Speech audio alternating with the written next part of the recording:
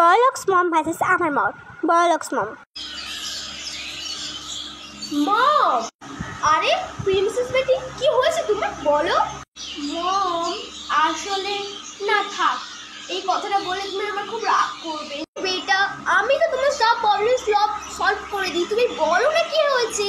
আসলে মম, আমি না বন্ধুদের সাথে পার্টি করতে যাবো, ডিনার করতে যাবো, তার জন্য আমার 1 কোটি টাকা লাগবে মম। হোয়াট বেটা, মাত্র 1 কোটি টাকা লাগবে তোমার? ও বেটা, আমি তোমার 4 কোটি টাকা আনতে রাজি আছি, তুমি দাঁড়া, আমি এক্ষুনি নিয়ে আসছি বেটা, আমার সুইট বেটা, এক্ষুনি আমি নিয়ে আসছি, দাঁড়া।